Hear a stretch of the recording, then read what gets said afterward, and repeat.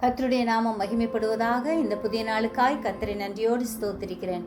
இந்த புதிய நாளின் தியானத்துக்காய் எடுத்துக்கொண்ட வசனம் உபாகமம் 20வது அதிகாரம் 20வது வசனம். புசிக்கிறதற்கேற்ற கனி கொடாத மரம் என்று நீ அறிந்திருக்கிற மரங்களை மாத்திரம் வெட்டி அழித்து உன்னோடு யுத்தம் பண்ணுகிற பட்டணம் பிடிபடும் மட்டும் அதற்கு எதிராக கொத்தளம் போடலாம். ஆம், இஸ்ரவேலர் யுத்தத்திற்கு போகும்போது ஒரு பட்டணத்தை முற்றுகை போட்டிருந்தால் அந்த மரங்களை இஷ்டம் போல வெட்டிவிட வேண்டாம் என்று ஆண்டவர் கூறுகிறார்.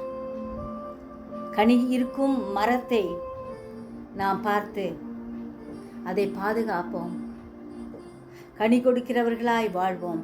நல்ல கனி கொடாத மரமெல்லாம் வெட்டுண்டு அக்கினியிலே போடப்படும். எனவே நாம் நல்ல கனி கொடுக்கும் ஜீவியம் செய்வோம். தேவனுக்கும் மனுஷனுக்கும் பிரயோஜனமான கனியை கொடுப்போம். நாம் நல்ல கனி கொடுத்தால் ஆண்டவர் எல்லா சூழ்நிலைகளிலும் நமக்கு பாதுகாப்பாய் இருப்பார். எனவே ஆண்டவருடைய கரத்துக்குள்ளாய் நாம் அடங்கி இருந்து அவருடைய சித்தத்தை செய்து கனி கொடுப்போம். கர்த்தர் நம்மை ஆசீர்வதிப்பார். ஜெபிப்போமா. ஜீவிக்கிறதான நல்ல இயேசுவே, இந்த அருமையான நாளுக்காக நன்றியோடு ஸ்தோத்திரிக்கிறோம் ஐயா. நாங்கள் ஒவ்வொருவரும் புசிப்புக்கு ஏற்ற கனியை கொடுக்கிறவர்களாய் காணப்பட எங்களுக்கு வேண்டிய கிருபை தரும்படியாய் கெஞ்சுறோம் ஐயா. நீர் விரும்புகிற பாத்திரமாய் வாழ எங்களுக்கு அனுக்கிரகம் செய்யும் ஆண்டவரே.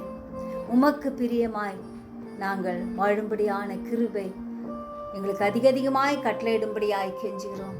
உடைய பலத்தால் எங்களை இடைகட்டும்.